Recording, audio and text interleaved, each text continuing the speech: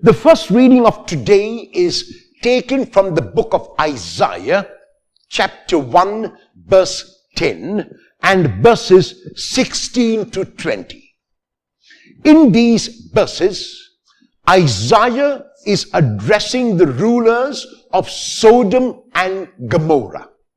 Sodom and Gomorrah were traditionally the bad lands. The lands where sin prevailed. The lands which were filled with corruption and iniquity and all other kinds of negatives.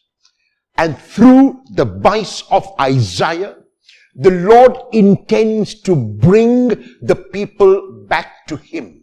And Isaiah's exhortation to the rulers is that they must lead the people in being just, in being fair, in reaching out to the people and being concerned about the less fortunate, being concerned about the needy. The rulers have to hear the plea of Isaiah, have to hear the exhortation of Isaiah, and if they do that, then the Lord can take them back once again to His heart, because the Lord is loving and tender and full of mercy and compassion.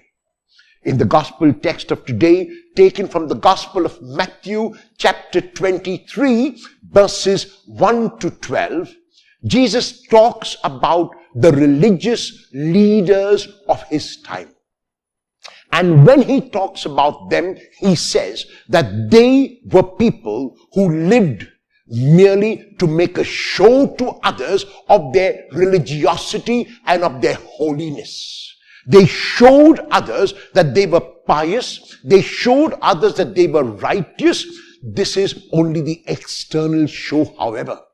Jesus knows what is within the person, and He knows that within these religious leaders there was corruption like there was at the time of Sodom and Gomorrah. There was iniquity like there was at that time, and there was sinfulness.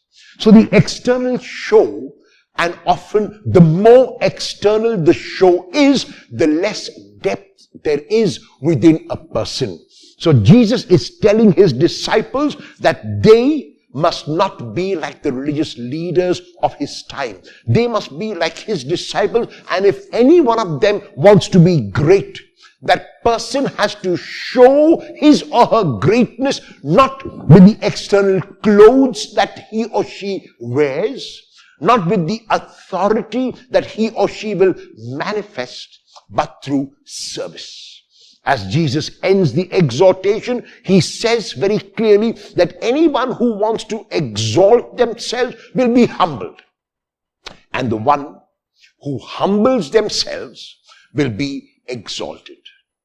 Somebody said so beautifully, humility is a funny thing. Once you think you've got it, you've lost it. Are you humble?